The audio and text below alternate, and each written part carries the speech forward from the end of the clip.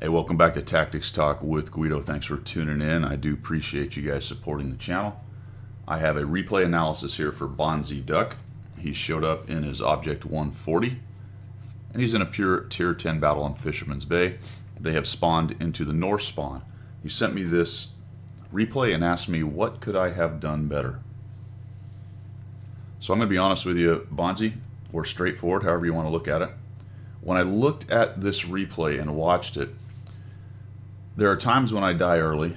I know, even I die early sometimes.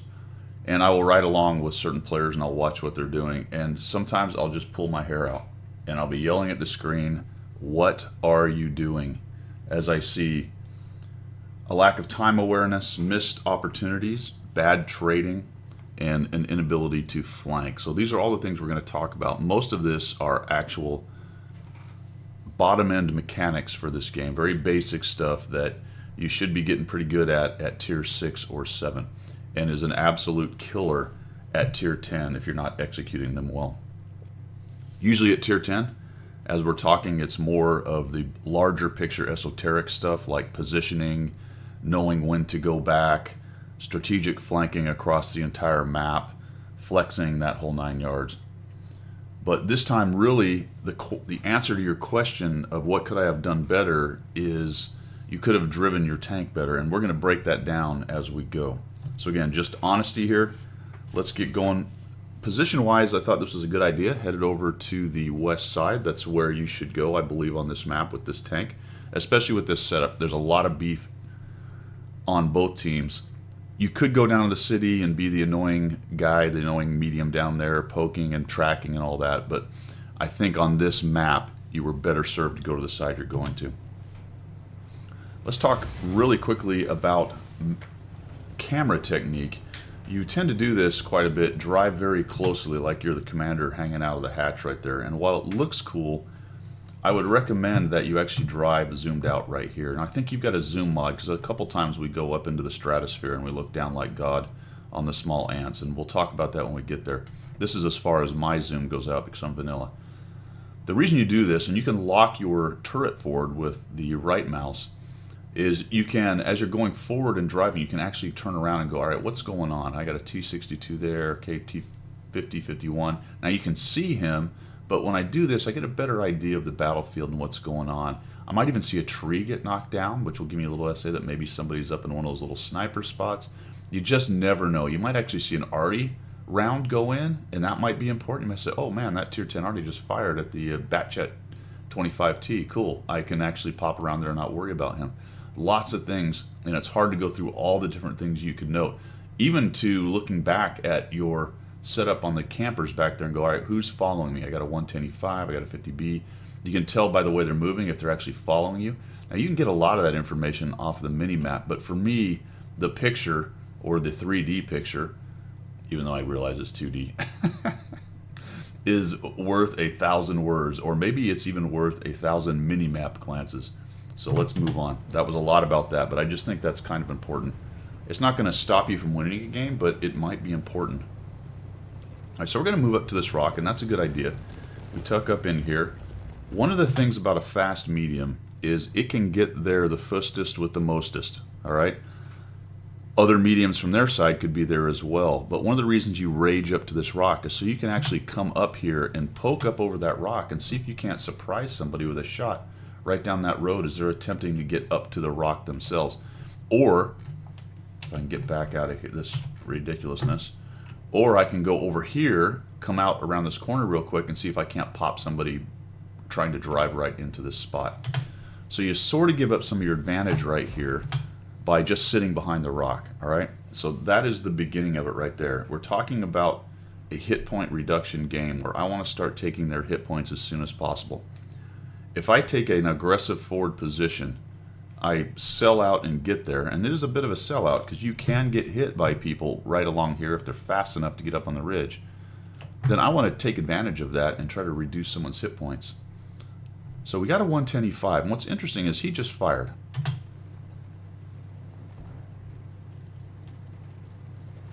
Now I'm silent because I said he just fired, and I don't know if you noticed that or not. It's important because you had an opportunity to pop around there and give him a shot. and he wasn't going to do anything back to you. It is possible that there could be somebody right here, but if you come right around this corner, it does minimize. There is a rise right there, and this little tank is fantastic about popping around corners, whacking them, and coming back around. So there's one missed opportunity. Now you've got a bunch of guys moving up here, and this is a huge opportunity. At least your team appears to be slightly aggressive, and this 110E5 is now in big trouble if you guys do this right.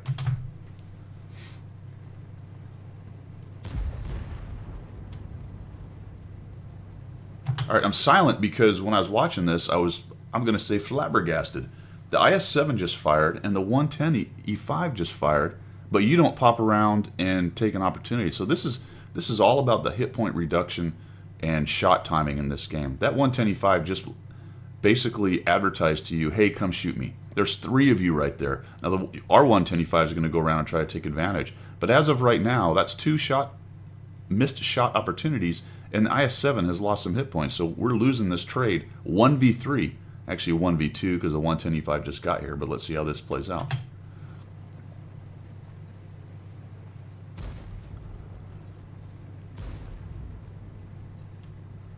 Now, I'm being silent because I want you to just kind of watch and look at what you're doing, and it's a little bit cringy right here because we've not made a decision. I think you maybe wanted to go up top, but you were maybe worried about Artie or one of the TDs or something coming up along this road, and I would agree with that. I'd have already popped around this corner and gone at this 110E5. The Artie can hit right there, and if they do come up over this ridge, they can start hitting you, but you've got some snipers in the back looking to whack anyone. If they come over here, they're going to get hit pretty hard by the JPZ and the rest of them, and now you've got a 50B coming up. I think you probably could have popped here a while ago and taken that shot.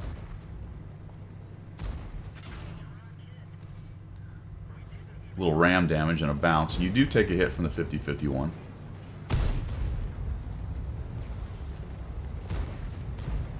All right, that 110E5 is on the ropes, and there he goes down finally. So we were able to take him out. 50-51's hurt, and we got a bunch of damage on guys right here, primarily because you didn't help them early take down that 110E5 faster. And this goes back to my comment earlier about time in this game. This game is about time, and the question is, how fast can I win my flank? How fast do I have to win my flank? And what's going on the other flanks? How long do I have futzing around on my flank?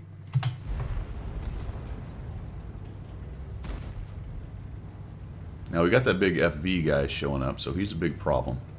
You don't want to go rolling at him.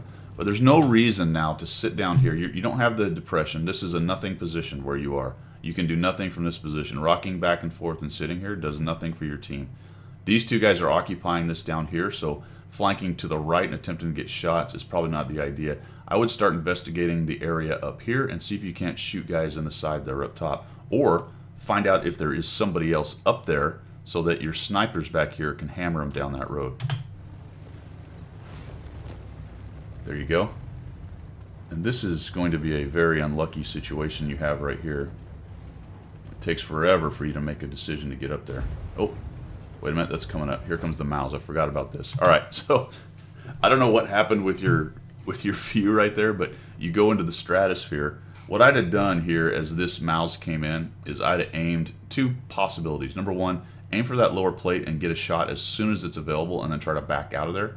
Or number 2, shoot him right in the track and try to track that dude so that he's stuck out there and your Artie or those TDs back there can have at him. And if he takes long enough to fix it, it might allow you to get away. What you choose is neither, and we're trying to get away and you bounce. You get very lucky. And now we're stratosphere view. We haven't shot. Oh, you get hit by your own guy. Fix it, and finally we get in here and we take a shot. So again, at least 1 missed opportunity, and because of the reload speed of this thing, you'd already been shooting. You back all the way to this corner, you go all the way into this rock, and this mouse isn't even looking at you. You're already reloaded. I'd have just stayed out there. You just pound that guy in the back of his turret or down on that little weak spot. So probably another missed 1, 2, maybe 3 shots by the time this thing gets ended. Finally put a shot into him. And down he goes. So back to the time discussion I was having earlier. This fight is taking way longer than it should. Way longer than it should. And everybody's just sort of trying to be very cautious and poking and prodding, but everyone's poking and prodding from the same direction, and that was pretty lucky that the FV got nuked. because he was tearing people up. And look at the hit points. We have been hammered by these guys over here. Now we've got some of them down, so it's not a complete failure. And once again, very hesitant to get up there and do anything. So get up there, man. There you go, finally. So get up there. Look, get a shot. They don't know you're there. Just pop out and hit that guy right there. Oh, oh. That's it. That was an incredibly lucky shot. I mean, it goes right into your hatch right there. And if he was aiming for it, good on him, but holy cow. So that's painful. Just spent a little too long up there. This tank is for snapshotting in situations like that. You just come up, fire, and go. See how they both fired? Get up there. And that's just SA. You've got to watch things like that. 2 rounds went out from those 2 tanks. They fired. That's your opportunity to get up there and take a shot. Or, in the case of they've backed off, get up there and start pushing them. Your 140's up there. And man, we spend a lot of time. And this is where the time thing happens. Now, take a look over on the east side of the battle. What's going on over there? The Maus just got gang tackled. The E-100's back there doing a whole lot of nothing. And they own that side of the map. And you are still screwing around with these 2 guys with 4 or 5 tanks. And your entire team allows this IS-7 just to sit here in this hold down spot for no reason. All right, so what you need to do here is, you'll see it a little bit earlier. See this road right here? You can come up here and you can cut around this road, and then you can start shooting these guys in the back from this road, which actually has a little bit of cover and a dip right in there. Start taking shots on them. You've got to change this battle, change the angle. And these guys are just getting whittled down. And I realize you're down to 500 hit points, but you've got to get these 2 guys gone. This flank has to be won, needed to be won a while ago, has to be won now so that you can take these tanks, preserve whatever hit points you have, and get back over here where you're starting to lose. There is a time in this game where you've got to have a bit of a sense of urgency. You could have gone up on that rise a little bit. I think you'd had shots on that 268. And we're just really messing around with this IS-7. So I'm going to say something here, which was going to sound like a bit of an insult, but guys at your skill level, this is pretty typical.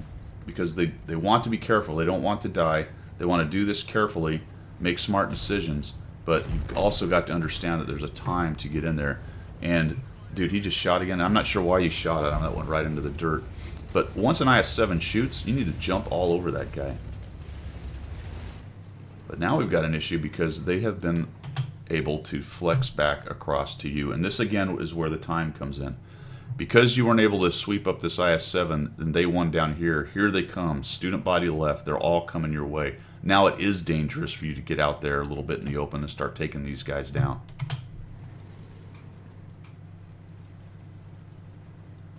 Had you changed the angle on that fight a little earlier, things would have been much, much faster and better.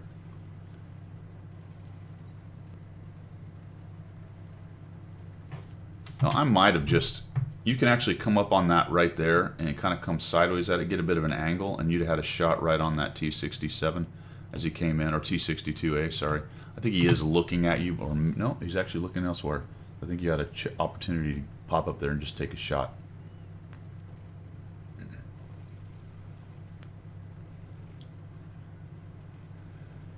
So we're going to mess around here. And the IS-7 goes down, and now we're about to make a run for it. And what's interesting is you followed that IS-7. Instead of trying to change angles and come at them from several different directions, you kind of hung out with the heavies in the same position the whole time. You get a little lucky here. Light that guy on fire. Oh, man, nice job. There you go. So 1,000 points added on to your total. Actually, it might have been less. Somebody else may have hit him. And we're going to run all the way back. I'm going to speed this up because we're just really in the death throes of a game. Okay, looking for shots here. I would have investigated that a little bit as I came up and over there. By what I mean by that is, as I'm looking at them, I would have tried to put my cursor on them, see if I have a shot. I don't think you did. They were probably below the horizon. But that's something you need to add into your bag of tricks, and I don't see you do it a lot when there are guys highlighted. And we're going to have some great examples of that coming up here. So falling all the way back, not a bad idea. You guys are in trouble. I mean, potentially, if the FV gets a couple lucky shots along the way, and the enemy team comes at you slowly, there's a possibility you could pull this out. It's pretty unlikely, however, what you're doing is about the best idea that you can come up with anyway. And the JPZ is complaining about someone shooting through buildings. Now here's an example of what I was talking about where you don't investigate tanks. Now you don't have the shot because he actually is below that ground right there. But you're looking like this and you never once kind of look at it. When I'm driving around, again, I'm zoomed out and I see something like that, I'll try to put my cursor on, even if I'm trying to get to a spot. And if I get that fleeting highlight, I might actually slam on the brakes and see if I can't get a quick snap on them and then move on. I may not get a highlight and I'll just keep on trucking to the spot I was going to, but at least I'm trying. That's the point. At least I'm trying. So good job. You see this guy. Let's come up here, use this bush. Dun, dun, dun, dun. I know I've got a bunch of bushes around, so that's good. Let's get a shot on him. Smackaroni. And I would just stay there. You're not spotted. No, no, don't, no, no, no, no. Oh. All right, so there's 3 of you. You've got a bat chat down there. They're starting to surround you. You've got an FV.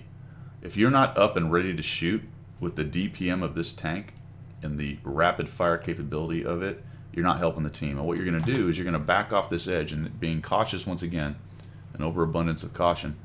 And now you're not available to pop guys. So, I mean, exactly what is the plan? Are you're just going to wait till they come up and over, or you're just looking for that perfect shot?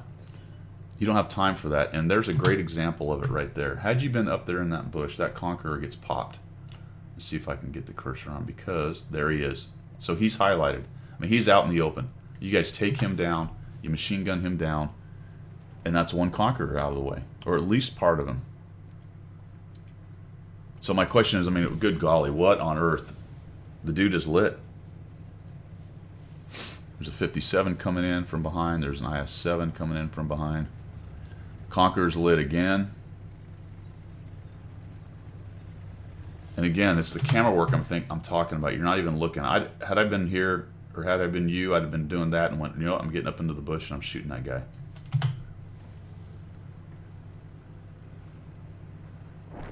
There goes the bat chat. And it's time, right? You didn't have time to sit behind the hill. It's all about time.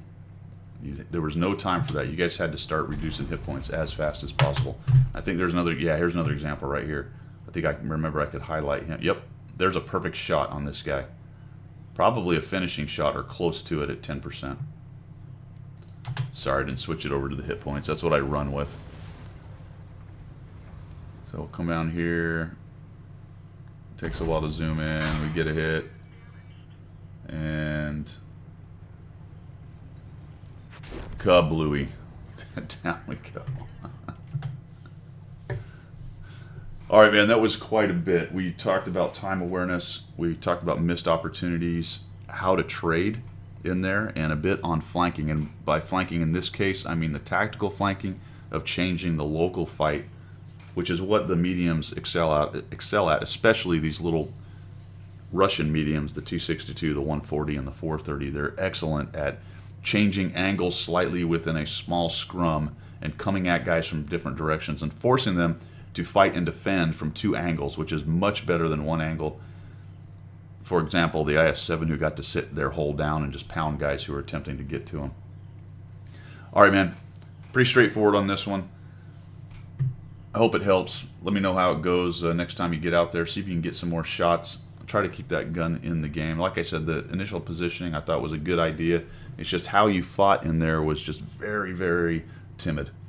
All right, guys. As always, hope you like what you saw. If you did, make sure you subscribe. And as always, we will see you.